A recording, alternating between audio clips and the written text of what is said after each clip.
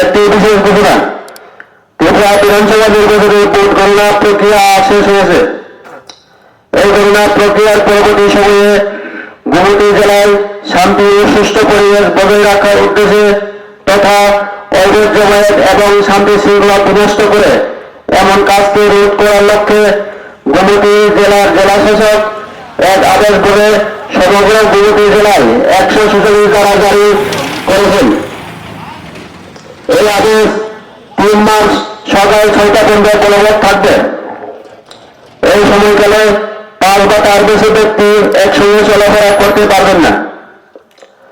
এমনকি কোন ধরনের অস্ত্রশস্ত্র, লাঠি, লোহার রড ইত্যাদি বহন করতে পারবেন না। গোমতী জেলায় কোনো জায়গায় মাইক বাজিয়ে অথবা মাইক না বাজিয়ে কোন ধরনের পাবলিক মিটিং, র্যালি, জমায়েত সম্পূর্ণ নিষিদ্ধ। একসঙ্গে 2 বা তার বেশি বাইক চলাচল করতে পারবেন না। যদি কোন ব্যক্তি এই দ্বারা অমান্য করেন তাহলে তা শাস্তিযোগ্য অপরাধ বলে গণ্য করা হবে এবং প্রশাসনের পক্ষ থেকে তার বিরুদ্ধে আইনানুগ ব্যবস্থা গ্রহণ করা হবে।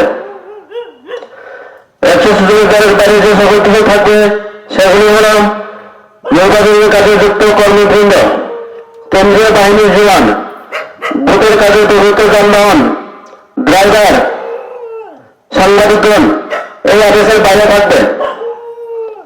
সরকারি কর্মচারী, পুলিশ, আধা সামরিক বাহিনী, সেন্ট্রাল প্যারামিলিটারি ফোর্স এই আদেশের বাইরে থাকবে।